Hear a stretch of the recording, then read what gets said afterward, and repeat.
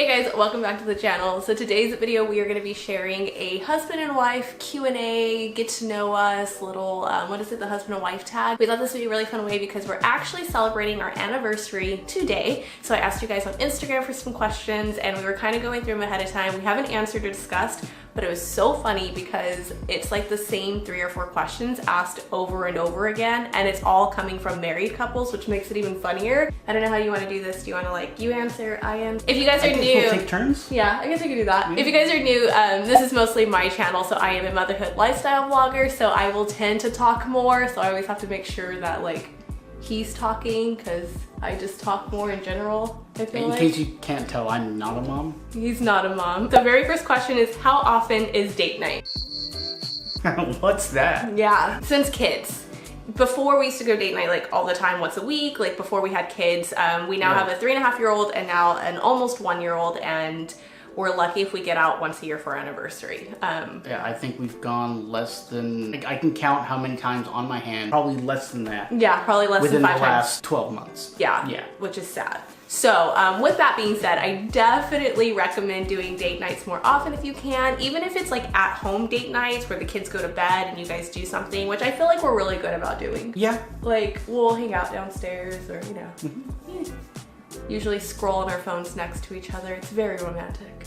Well, it's only us time that we get to catch up, like what happened in the world today. We're trying to fill like our own cups and each other's cups at the same time. Like it's pretty hard, guys, but yeah. Okay, so how does Eric help you deal with your anxiety and postpartum depression? One, he's gotten me to open up a lot more about it, especially with having Ezra. So Ezra's our second child. With our first, I kept it in a lot of the times, and that wasn't beneficial for me or for him because he could tell how frustrated I was, and I just wasn't expressing how bad off I really was. I think for the most part, you just let me know you're there, and I feel you're not like most guys in this department where you want to fix something.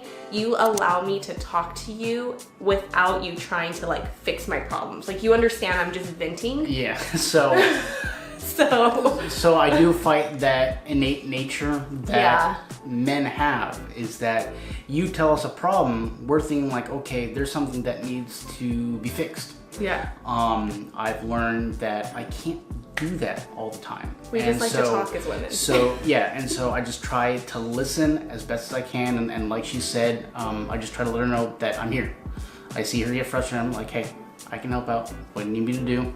I'll try to just jump in whenever I can.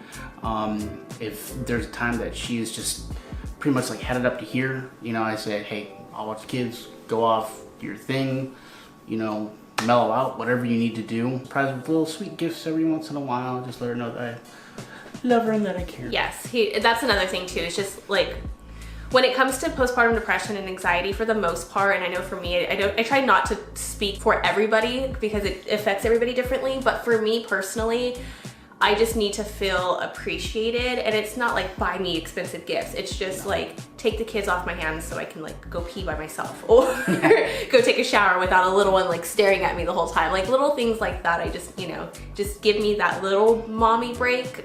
So yeah, it's just being my rock, being my support. That's just overall listening. This is the one that was asked over and over again. Okay. What is your biggest pet peeve of one another?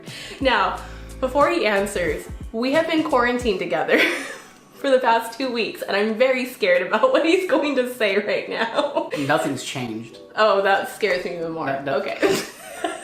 He's like, you've always been this nagging.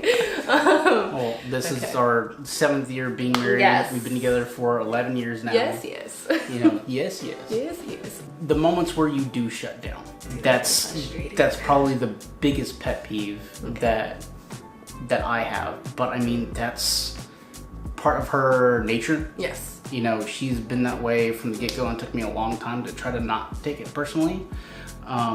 But at the same time, it doesn't mean that it's any less frustrating. And that just comes from, sorry. No, you're fine. I grew up being told constantly that like, I don't know what blank is. So like, if I would express that I was stressed at a young age, I was returned with, you don't know what stress is. So it just kind of taught me to like shut down and not talk about my feelings. So it's weird. And I mean, it took 11 years to open up for someone who wants to hear my problems. And then I'm like, why, you're just gonna shut it down. So I already come from a place of like, I'm gonna get shut down. That's why I do that. But I thought I got better. Better, yes. Better. Room for improvement? Also, yes. Is that it? That's the main biggest one. Okay. Because I believe that's what the question was. Yeah, that's the biggest. That would take a whole video.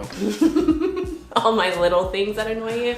Okay, so I feel that mine isn't necessarily towards you specifically. It's just your genetics as a man. I feel like if I look back, there's nothing that you do that like most men don't do that bug me, and it's things like, I don't know how to say this without, I don't want like guys to attack me, but I feel I'll do it for them. I just kind of feel like sometimes, not sometimes, most of the time, biggest pet peeve has to be either like just in general you not listening. But I But also at the same know time, you just said that I'm good at listening. I know, but not listening when it comes to things like before you go to bed, can you fill the dog's water bowl? And you I said on didn't it. get to do that. And then I wake up in the morning and it's not done, and I'm Yep. like, you had one job.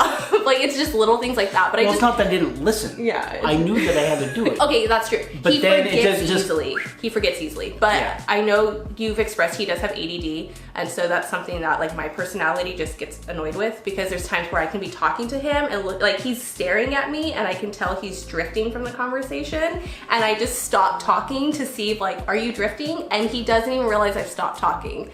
And then you realize it, and he goes. Well, part of that is also me being a guy. So part of me being a That's guy. why I on top of said, me like, having I just don't ADD. feel like it's you. I just feel like it's your male trait, and then you have ADD on top of it. So, I mean, it's mix. just working against you. It's a talent. But yeah, and then when you And go, I'm a Gemini. I'm sorry.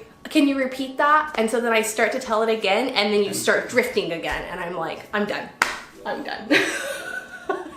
And I feel bad. Like, And then when done. she shuts down, then that was my fault. Yeah, so I guess like not listening, but just that. I guess so. I went the tried. drifting. Okay, so when did you know he or she was the one? Very quickly. Very, very quickly. There was still a lot that I needed to learn about her. We had some rough times. Yes. You know, and it just showed how much we did love each other. And something that I heard that I really liked is that it's called making love because you make love work. Yes. You know, I fell for Tiffany very hard, very quickly, and nothing has changed. I would say within the first year, like Yeah, it was way sooner for for me. me. Way sooner for me. It was very quick. I mean, he did say I personally had a lot of growing up to do still, and like self-identifying, and I came with a lot of baggage, Right, and you dealt with a lot. accepted that baggage, and it was scary to have someone accept you and all of your baggage, and I wanted to resist that. And I think that's why I say like within the year, because I was like naturally trying to resist. But it was, Yeah, Like- because another thing that was hard too is that, you know, we're 7 years apart. Yes. When we started dating, I was 26, she was 19. No, I was 20. I had just Oh, turned I was. 20. Oh, yes, you did, and I was just turned 20, Yes, absolutely right. And so barely into her 20s, Yeah. and like, Not even old enough to drink. like I'm in some aspects I'm a very young soul, but other times I'm a very old soul. Like I want to get married and settle down and have kids like straight out of high school. And I didn't Obviously never happened. want that. She has always been that social butterfly, and so she wanted to go out and experience her 20s, and He's ready for kids. I'm just like, why? Yeah. So, it was I've just never been that Rough type of person, but yeah. What are your favorite qualities about each other? It's a nice counteractive to pet peeves. I mean, there obviously in a healthy relationship there has to be more pros than cons. Yes. There's always going to be cons, but the pros need to outweigh the cons. The fact that she is insanely hardworking, no matter what aspect in her life. It could be when she was actually working a 9 to 5. Now it's, you know, what she does with her kids and her YouTube channel and just anything that you throw at her work ethic is just ridiculous, you know, and that's one of the things that stresses her out, because she cares so much that when something doesn't work out, it becomes the biggest thing over something that is honestly small. Yeah. But I get it, you know. She's just a very, you know, loving person. Like I said, a social butterfly, which I'm more introverted than anything else. But, you know, like I've told her, is that when I feel more comfortable in a specific situation, then I'll open up more. A lot of qualities you like. Like I said, the pros have to outweigh the cons. And I think they do, or else we wouldn't be here, right? Oh yeah, no. I mean, I guess for you, I just... This should be good. He's like me. Pull up a chair. No, it has to be your goofiness. You bring that out of me, because I am sometimes so like work. You allow me to just like, you remind me to have fun, and it's not always about like leveling up or things like that. Just your heart and how much you care. Just like, you just put it like heart on the sleeve, put it all out on the line. Just and that bites you in the rear, you know, when you do that. But yeah, I mean, that's just. But it's something to admire, because not a lot of people do that, you know, and you know, knowing you've been hurt and things like that, but you're still willing to give it your all. Like, how he is with our kids too, like, that's just another one where you have that perfect balance of, you're not strict, I don't want to say that, but like being stern and laying down the law type of deal, but like you're still like a kid with them. You still have fun with them. You still like, you get down, play Legos with them. You're very interactive. You're very hands-on with the kids, and you never make me feel like you're babysitting the kids. Like, everyone knows, like, it's my kids. I'm raising my kids. I'm helping her with my kids. Like, it's not a babysitting approach, or I'm watching the kids or anything like that. And I have to just, not enough dads get that, like, appreciation. So I just wanted to say that I'm lucky, and I do have that type of husband, and I love that. Thank you. You're welcome. I love you. I love you. Sorry, we're getting all mushy. Okay, what are your favorite things to do together? Wow, we have 2 kids. Yep. Hey, there's some with way more. I don't know how those parents do it. Like, Bravo, because I can't. No. One of the things that we used to do together on a regular basis and how we met was actually competing in martial arts tournaments. I think that's actually the next question. Oh, of how we met? Oh no! I did not mean to report that. Sorry. Uh-oh. It's Just okay. report? Okay. Yeah. Well, we'll reply to them later and say sorry. Sorry. Martial arts was our entire background. My passion with martial arts hasn't really fizzled out. Like, it's still there, I'm not. There's a lot that turned her off, mostly about the tournament stuff. Yes, that's what I was just gonna say. He still wants to compete in tournaments. Like, that's how we met. So that's our next question, is how did you guys meet? Is we used to compete in tournaments and, you know, open karate tournaments and stuff like that, and that's how we met. And, you know, I did have a passion for it. I loved competing. That was like my sport. There's a lot of politics that goes into it, and it started not being fun for me anymore, and I couldn't look past the politics. And I think too, like, now I feel like they're set off a little bit better, but being a woman competing in the martial arts circuit back then was even harder. Right, now there's way more females competing, which is amazing. And so once you hit 18, usually that's when the women started to just kind of stop competing. But other things that we like to do, watching movies. Yes. Love movies. Probably one of our favorite pastimes is snacking. Yeah. We love to snack. You're my favorite person to sit next to in bed and scroll on my phone with. We're very snacking. While snacking, yeah. We're kind of chill people. We don't have to do all those crazy things. We're very we like being near each other type of thing. You know, it doesn't matter what I'm doing as long as it's with him. And I know that sounds really cheesy, but it's the truth. It really is. Like, that's like my favorite thing to do is anything next to him. The one thing that I like to think about is that, you know, when you become married to someone, they're your best friends. I mean, you always have like your best friend from like when you were younger, when you were a kid, right? But your best friend from when you're married, it's a different best friend, you know. You have to think about as anything that you want to do, the first thing that comes to mind is, would they want to come along? Well, what would they like about what you're doing right now? What's funny? Yes.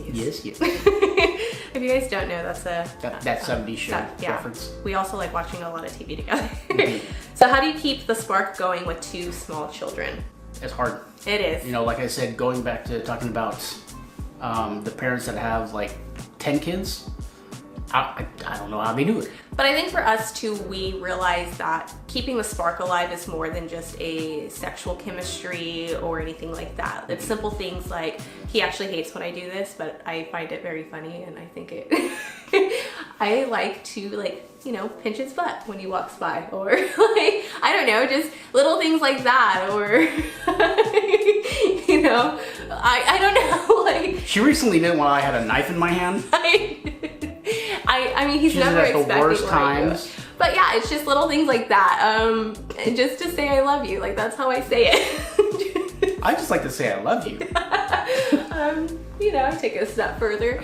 But no, just, you know, laughing, or like he said, those little things, little surprises. And it's things like I come home with like cookies that he said he wanted to try, and I see him at the store when I'm walking by, and I grab it for him. Or, you know, he remembers something that I said that I wanted or I liked, or, and you know, he brings it home. Or a movie that I said, oh, I want to watch that, and then all of a sudden we're watching it that night. It's just, you know, remembering little things, and just doing those little tasks for us. I think that's really how you keep spark alive, and just never stop dating your partner, and doing things like this. Like, I know this is a Q&A video for like YouTube, but we honestly sit down and we'll just ask each other questions all the time, or something will come up and be like, hey, what do you think about this? You know, we always try to get to know each other, because I feel we understand that you grow as individuals still constantly. Like, just because you're married doesn't mean you stop growing as individuals and you stop, you know, liking other things and having other hobbies and interests. So it's nice to continue to grow as individuals, yet still come together and be like, hey, what do you think about this? So I think, you know, that's how you keep a spark alive. So who is financially more responsible? Next question. It depends on what. So she's the one that deals with our finances. Yes. She is so much better with numbers and all that kind of stuff. Not because I am like, oh, I'm dealing with the money. I don't know where that cut off, but yeah. So yeah, he's tried financially, and he's just passed it off to me. But I don't mind it, because I actually like numbers. That's what I went to school for, is like accounting and stuff. Really boring, but I mean, I love it. I've always loved it. I know. I used to do like accounting competitions in high school, like travel to California. I didn't know that. You didn't know that. See, keeping the spark alive. He didn't know that. Yeah, no, I was really good. I placed like top 10 in the state. Like, and you know how you do it? You just spend 4 hours taking tests, sitting in a room. No, thank you. Checks and balances. Nope. Yep. Nope. Did that for fun, guys. Giving it that way, I am more financially responsible. But when it comes to spending, if that's what you guys are asking, I feel like we're pretty much the same. I just tend to buy a lot of little things that add up, and then he'll buy like bigger like less purchases, but they're bigger ticket items. Yeah, types of thing. It can kind of equal out, but I mean, I really don't spend too much on myself. I really don't. And it kind of feels like at times I spend more, but I also am in charge of like household shopping and shopping for kids. And so at times I have to like check myself, like, you're not shopping for you, although you are making most of the household purchases. He brings home the bacon, I cook it up. How old are you? I am 37. And I am 31. So. Oh, if you could live anywhere, where would it be? This is a very touchy subject right now. I keep changing my mind. We're dealing with this right now. We are. I mean, we eventually want to move, but it's just a matter of where. And with this whole quarantine thing, it really has me slowing down a lot and just kind of stepping back and being like, okay, let's reassess our situation, because obviously we can't go anywhere right now. But I feel like we both in-game eventually want to go back. I don't want to say it because it gives away where we live now, but go back to the same spot on water. I want to live on water. I mean, for me, I love not necessarily the town that we live in, California, but the state that we live in. I'm California born and raised, and I love it. Not everybody is. My mother was born, raised Californian, and she said peace. And my parents, they moved out of state I just feel it's overrated to live in California. I know that's the dream, and it feels like that's how you know you made it. I don't see it as a dream. I see it too as expensive for no reason. It's ingrained into me. Like it feels like a part of like my DNA. California is home. You know, this is where I'm from. This is where I'd like to be. What's best for my family is something that I need to push my pride off to the side. And getting into that, I feel the area we're in right now is not the best as far as school systems go for our children. Not. And that's one of the reasons why I kind of feel rushed to move, because Aria is gonna be 4 in a couple months and she's coming up on kindergarten, and I don't wanna move my kids around in school a lot. So I kind of just wanna be in one school system for, you know, their entire school years, and then, you know, if we wanted to move again after the kids went off to college or whatever the case was, and, you know, do that. But that's my biggest why on why I want to move right now, is just because our school systems, and I'm not gonna be the best homeschooling mom. Not because I feel like I can't do it, but I just feel like Aria in general, I don't want to say she doesn't listen to me, but she just does better with others her age and peers and things like that, rather than at an in-home environment. That's just my opinion. So we don't know, I guess. Yeah, we don't know. Is if you could live anywhere, we don't know. But I mean, I kind of answer that on water, definitely. Oh, how many kids do you all want? We said no more than 3. Yes. With the challenges that we're dealing right now with just 2, I think we're done. Yeah, and not just that, it's really hard on me. I mean, my pregnancies are pretty easy. Giving birth, it's 4 hours both times. I mean, It's after the fact. It's just the chemical imbalance that comes with postpartum.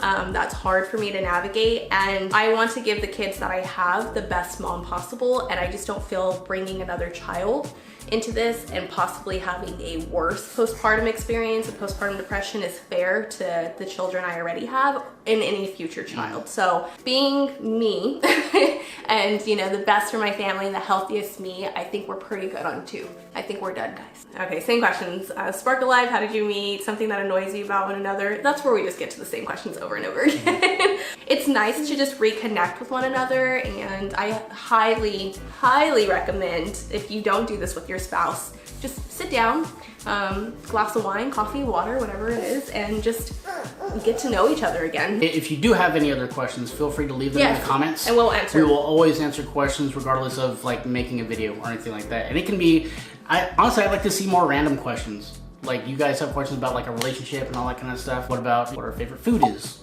You know, or something even more random, because I think those are really fun. You really want to know us? Ask us the random weird questions. We think weird. Hey, you say bye.